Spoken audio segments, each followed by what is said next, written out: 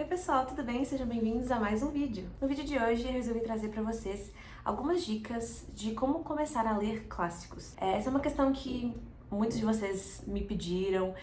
Eu fiz uma enquete lá na comunidade, né, de alguns tipos de vídeo que eu tava com vontade de gravar e muitos de vocês, a maioria, votou nessa opção de clássicos para iniciantes. Pode ser bem desafiador ler clássicos, tanto por conta da linguagem, da época em que foi escrito, do contexto, tamanho, né? Às vezes tem clássicos que são muito grandes, enfim. Então, eu sou uma pessoa que comecei a ler clássicos não tem muito tempo. Muito do que eu comecei a ler foi por conta da faculdade. Se esse é seu primeiro vídeo aqui no canal, seja bem-vindo.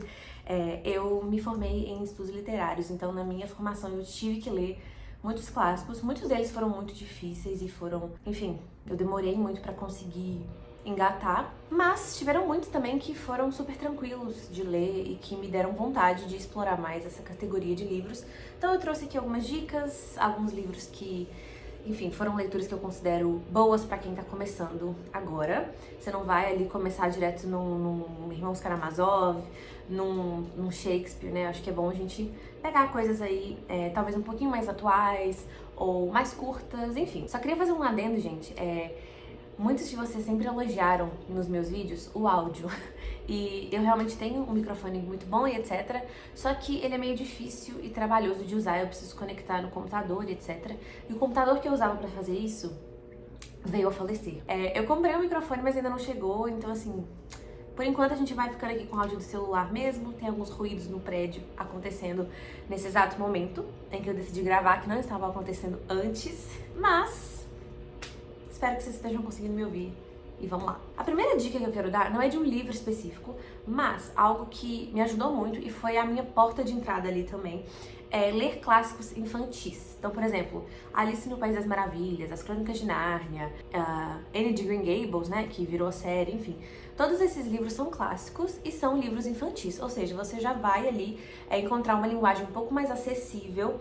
Afinal de contas, o público-alvo são crianças. Então, essa primeira dica que eu dou, Alice no País das Maravilhas, do Lewis Carroll, foi, acho que o primeiro clássico que eu li. E eu li em inglês, então eu lembro que foi, tipo assim, uma super vitória pra mim ter conseguido fazer isso. E foi muito tranquilo, justamente porque é um livro infantil, então essa é a minha primeira dica. Mas vamos pra alguns livros específicos que são clássicos e que eu recomendo. E mais um adendo, gente, o que é clássico ou não, isso depende muito de quem tá fazendo essa categoria. Então podem ter alguns livros que eu vou mostrar aqui que talvez algumas pessoas não considerem como clássicos, mas enfim. Eu acho que o clássico é um livro que já ali passou pelo teste do tempo, de alguma forma, e que se mostra ainda relevante hoje. Pensando nisso, eu recomendaria O Estudo em Vermelho, do Sherlock Holmes, quer dizer, do Arthur Conan Doyle, sobre um dos livros da série aí do Sherlock Holmes. Existem vários livros sobre o Sherlock Holmes, existem romances, como esse aqui é um romance, mas existem também contos, etc. Esse aqui eu acho que é talvez o mais famoso, e eu também considero um clássico porque já teve muitas releituras, então eu acho que isso também é um bom indício de que uma obra é uma obra clássica. Enfim, esse é o primeiro romance, a primeira história do Sherlock Holmes, né, sobre esse detetive. Então eu recomendo muito se você gosta de livros de detetive, se você gosta de séries policiais, coisas do tipo. É bem legal. Essa tradução aqui, essa edição que eu tenho, foi a que eu li e eu gostei muito mesmo. Eu li esse livro aqui, não sei se vocês já viram esse vídeo aqui no canal, mas eu fiz um desafio de trocar tempo de tela por tempo de leitura e eu li esse livro durante esse desafio. Então foi uma leitura muito rápida, muito fluida. Eu tenho certeza que você não vai se sentir assim, nossa, estou lendo um clássico, no quesito assim, dificuldade de ler. Então recomendo muito todos os livros do Arthur Conan Doyle sobre Sherlock Holmes, mas especificamente esse aqui. Agora, se você gosta de livros como Os Sete Maridos de Evelyn Hugo, livros que tratam ali de pessoas super ricas e suas fofocas e suas intrigas e etc., eu recomendo muito que você leia O Grande Gatsby, do Scott Fitzgerald. Esse também é um livro que foi super adaptado, tem um filme que é muito, muito bom. Então eu considero também que é um livro que já se consolidou como clássico, mesmo que seja contemporâneo, né, do século passado ainda. Nesse livro a gente acompanha o Gatsby. O Gatsby, ele é um homem que ele, enfim, conquistou ali uma grande riqueza, basicamente sozinho, né? Esse é um grande tema do livro, justamente essas questões sociais e econômicas dos Estados Unidos naquela época ali, anos 20. Então, essa questão do sonho americano, de se tornar uma pessoa rica a partir dos seus próprios méritos, etc. Só que o Gatsby, ele tem um grande problema ali na vida dele, que é uma paixão. Ele tem uma paixão enorme por essa mulher chamada Daisy, mas ela é uma mulher casada, né? Enfim, a gente vai vendo ali a vida do Gatsby, basicamente, dando festas super luxuosas, na esperança de que a Daisy aparecesse. Enfim, tem muitas intrigas, muitos plot twists, acidentes, traições, enfim. Uma coisa bem novela, assim, então eu recomendo muito o Grande Gatsby. Ele também não é um livro longo, é um livro relativamente curto. Eu não tenho aqui a edição física mais, mas fica aí a recomendação para quem gosta desse tipo de livro. Agora, se você gosta de uma coisa mais reflexiva, uma coisa mais que traga ali mais uma crítica social, talvez uma obra mais alegórica, né, que o que está sendo dito ali é um símbolo para algo mais, eu recomendo que você leia A Fazenda dos Animais ou A Revolução dos Bichos, do George Orwell. Essa edição aqui da Penguin, especificamente, é super, super curta, tem tipo 130 páginas. E esse livro vai contar ali a história de uma fazenda, né, de vários animais que moram numa fazenda e eles sofrem bastante maus tratos e etc. E eles decidem se vingar ali, e eles são liderados por um animal mais forte e etc. Mas esse livro, ele é uma alegoria à Revolução Russa, né? Eu acho que é isso mesmo. Isso. Então, enfim, é algo que, se você gosta de história, de política, assim, é bem interessante. E, de novo, super curto. Então, como a gente tem ali esse tom bem de fábula, né? A gente tem animais que falam, etc. Acaba lendo um pouquinho mais como um livro infantil no sentido de fábula, né? Enfim, então eu acho que é um livro muito fácil de digerir se você estiver começando clássicos. Se você é uma pessoa que gosta de ler romances, né? Então você gosta de ler ali uma protagonista feminina, que não é como as outras garotas e se apaixona por um cara, ou reencontra um cara ali de muitos anos, né? Enfim, tem confusão ali com as irmãs, tem confusão com a mãe, tem confusão com a tia. Enfim, se você gosta dessa narrativa de romance romântico especificamente, eu recomendo muito Jane Austen, mas especificamente Persuasão. Eu acho que o mais comum de se recomendar é Orgulho e Preconceito, da Jane Austen, né? Eu li os dois e, pessoalmente, eu gostei mais de Persuasão. É um pouquinho mais curto também, se não me engano. E eu acho que teve uma protagonista que eu gostei um pouquinho mais de seguir. Então, a Anne Elliot, que é a protagonista desse romance, ela é uma menina muito reclusa, assim, ela gasta muito tempo ali consigo mesma pra processar seus pensamentos, enfim. Então, a gente vê muito uma protagonista um pouco mais introspectiva, eu gosto disso especificamente. E eu acho que o interesse romântico desse livro, que é... esqueci o nome dele agora. Que é o Frederick Wentworth. Eu acho que ele é um pouquinho mais carismático do que o Mr. Darcy, eu pessoalmente acho. Então eu gostei muito de ler esse livro. Tem muito plot twist também, muita coisa bizarra acontecendo do nada.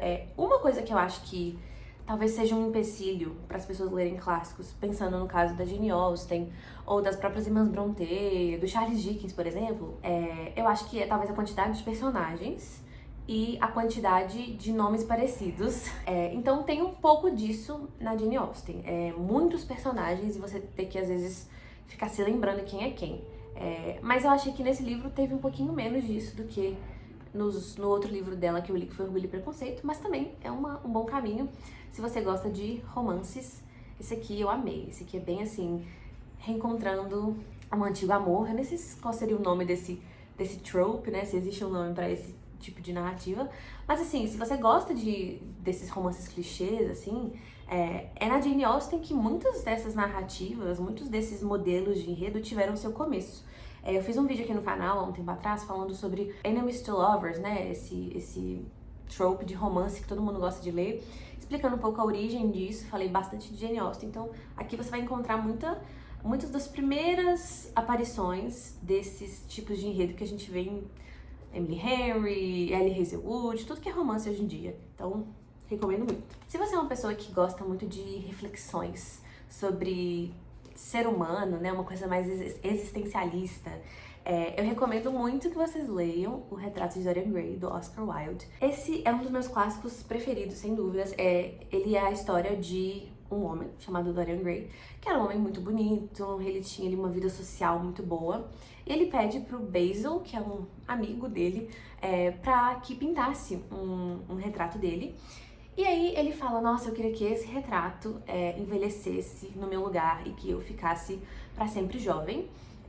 E isso se torna realidade, então a gente vê ali o retrato do Dorian Gray vai se deteriorando, não à medida que ele envelhece necessariamente, mas à medida que ele vai se tornando uma pessoa ruim. Então tem muito a ver com caráter, né? Então a gente tem aqui um estudo muito grande sobre a maldade humana. O Dorian Gray, ele vê muitas coisas acontecendo e ele não tem atitudes em relação a isso. Então a gente tem um personagem ali que ele não é necessariamente moralmente cinza, ele é um personagem moralmente decaído e vai decaindo mais e mais ao longo da narrativa. Esse é um livro cheio de frases, não frases de efeito, mas assim, frases que você lê e fica parando pra pensar. Eu mesma marquei, assim, várias frases. Como é triste, eu vou ficar velho e horrendo e medonho. Ele jamais envelhecerá além desse dia de junho. Se pudesse ser diferente, se eu permanecesse sempre jovem e o retrato envelhecesse. Por isso eu daria tudo. Sim, não há nada em todo mundo que eu não daria. Daria a minha alma por isso. Se você é uma pessoa que gosta de ler livros mais de terror, thriller, uma coisa um pouco mais sombria, o clássico que eu recomendo é Frankenstein, da Mary Shelley. Esse livro é uma história que talvez muitas pessoas julgam que elas já conhecem, porque caiu muito aí no imaginário, né? Muita gente acha, inclusive, que Frankenstein é o nome do monstro, né? Mas, na verdade, Frankenstein é o nome desse jovem, Victor Frankenstein. Ele é um menino que, desde criança, ele foi muito estudioso, muito curioso, especificamente sobre as ciências naturais. E quando ele foi ali pra faculdade, ele ficou muito obcecado com a ideia de criar vida e, enfim, trazer a matéria morta à vida. Então ele tem essa ideia, né? E ele passa por esse processo de ir para um cemitério e pegar ali partes, né, de seres humanos e tentar construir um ser humano. E ele cria esse monstro, né? Enfim, não é nomeado. E a gente tem nesse livro uma dinâmica muito grande, eu acho, porque a gente tem cartas, a gente tem, enfim, a narrativa aí, na hora ali que ela passa pra voz, narrativa do monstro. Então é um livro que ele é muito dinâmico, então eu acho que ele não tem o perigo de te deixar, tipo, entediado, enfim. Uma das minhas partes preferidas é quando a gente tem a voz narrativa do monstro. E a gente vai vendo ali os sentimentos que ele desenvolveu e como ele se sente em relação ao próprio criador.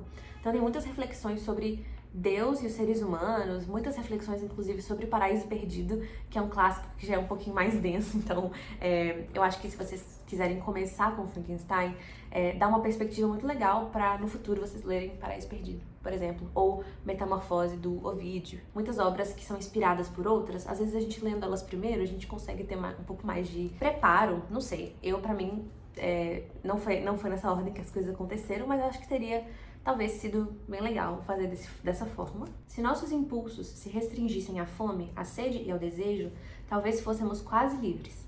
Mas ao contrário, somos afetados por todo o vento que sopra, por toda palavra ou imagem que tal palavra nos evoca. Eu acho que esse livro ele faz um trabalho muito bom também de evocar terror, né? Assim, em alguns momentos que eu tava lendo, eu sentia um arrepio, assim, na espinha, tipo...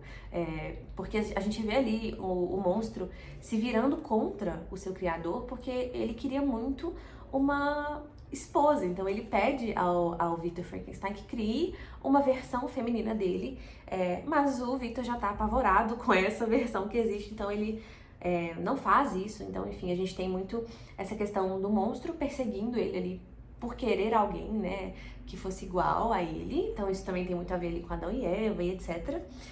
E a gente vê também, antes disso, o próprio Victor, enquanto criava o monstro, ele sabia que ele estava fazendo algo errado, sabe? Então, mas ele não conseguia parar.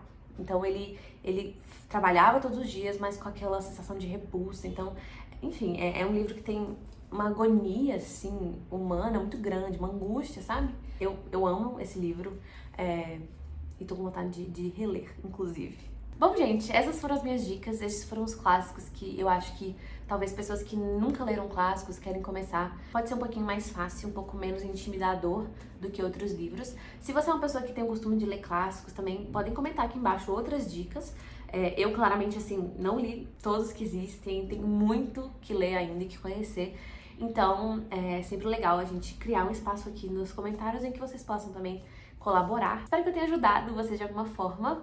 Muito obrigada por terem assistido, obrigada por terem escolhido esse vídeo lá na enquete. Eu vou tentar fazer isso um pouco mais vezes pra saber, assim, que tipo de andamento eu tô dando no canal, porque eu tô realmente gostando muito de fazer vlogs ultimamente, mas eu também sinto falta de fazer esses vídeos assim, onde eu só sento e falo um pouquinho, enfim. Muito obrigada por terem assistido até aqui, um beijo e até o próximo vídeo.